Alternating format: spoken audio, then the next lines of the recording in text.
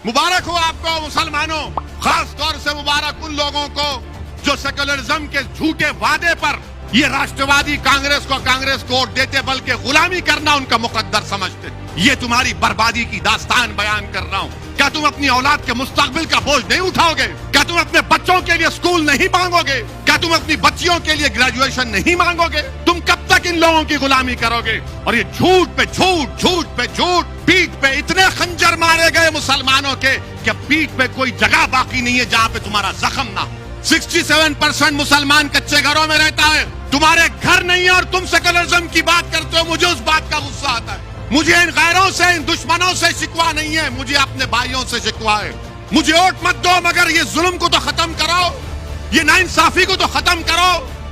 मेरा हक तो मुझे दो, मुझे इज्जत की जिंदगी दो और मौत में भी इज्जत दो। मेरे नौजवानों का मुस्तकबिल दो, मेरे बच्चों को स्कूल दो, मुझे एक मुकाम दो। हम क्यों रिजर्वेशन की बात कर रहे हैं? मैं उद्धव ठाकरे के लिए अब तकरीर करूंगा, यहां से शिवसेना के लिए करूंगा। अब आपको बताना पड़ेगा मेरे इन सवालों का जवाब।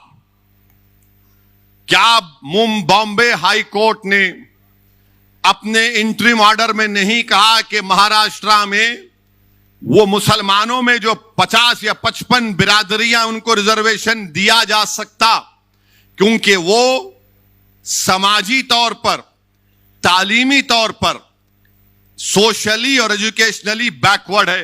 क्या कहा था? नहीं कहा था? कहा था, और कहा कि तालीम में दो। उन्होंने कहा कि नौकरियों में भी दे सकते हैं, मगर नौकरियों का जो रिजर्वेशन है उसका कोटा बढ़ गया, मगर तालीम में दो।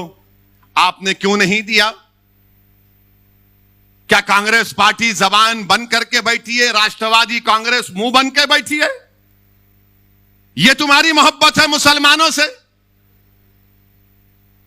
मगर नहीं। हम क्यों पूछ रहे रिजर्वेशन? अब आप लिख लो इसको या याद रखो, ताकि अगर कोई महल्ले में कोई कांग्रेसी, राष्ट्रवादी या सैनिक आया तो उसको बोला, ये बैठ जरा सुन, मेरी बर्बादी की दास्तान सुन, और इसका जवाब दे।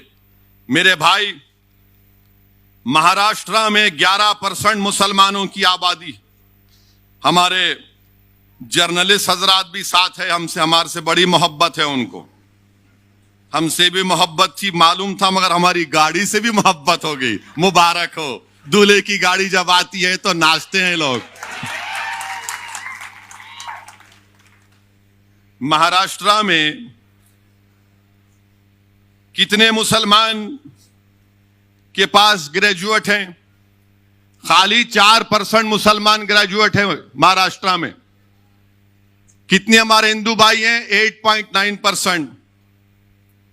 माने ओवरऑल महाराष्ट्र में 8.7 ग्रेजुएट हैं, जिसमें से मुसलमान खाली 4.9 और हमारे हिंदू भाई 8.9। क्या ये आर्टिकल 15 और 16 को सेटिस्फाई नहीं करता कि हम इतने हमारे कम ग्रेजुएट हैं? और फिर इसके बाद आप देख लो, ड्रॉप आउट रेट कितना है मुसलमानों का? ड्रॉप आउट रेट, अब आप खुद अंदाजा लगाइए कि जो मुसलमान प्राइमरी में, अगर 22% मुसलमान प्राइमरी स्कूल में है, मिडिल स्कूल में आते आते खाली 13% हो जाता। कितने? प्राइमरी में 22, तो मिडिल में आते आते 13 हो जाता, और वो मैट्रिक में आते आते खाली 12% हो जाता, और हायर सेकेंडरी इंटरमीडिएट में आते आते वो 7.1% हो जाता, और उसके बाद ग्रेजुएट खाली 4 होते। अब आप सोचो कि आपके घर में आपकी औलाद है, उसको आप प्राइमरी स्कूल में डाल दिया, अब तो स्कूल खुल रहे हैं, यानी अगर 22% मुसलमान के बच्चे प्राइमरी स्कूल में हैं, तो मिडिल स्कूल में आते आते 13% हो जाता, मैट्रिक में आते आते 12% हो जाता, हाई इंटरमीडिएट में, हायर सेकेंडरी में आते आते 7% हो जाता, ग्रेजुएट होते होते 4% हो जाता। यह सबसे कम है, सबसे कम है। ये नहीं देंगे मेरे को रिजर्वेशन, मेरे बच्चे नहीं पढ़ेंगे। क्या उनके मुस्तकबिल में नहीं है कि काबिल बने, पढ़े लिखे बने, डॉक्टर बने, इंजीनियर बने, एमबीए करे, एमसीए करे, गवर्नमेंट की नौकरी मिले? मगर नहीं, सेकुलरिज्म को तुमको जिंदा रखना है। तुम सेकुलरिज्म के गुलाम और कैदी बने हुए हो मुसलमानों।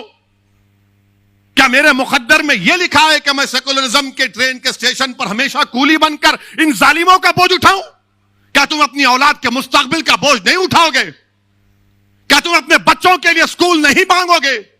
क्या तुम अपनी बच्चियों के लिए ग्रेजुएशन नहीं मांगोगे? तुम कब तक इन लोगों की गुलामी करोगे? और ये झूठ पे झूठ, झूठ पे झूठ।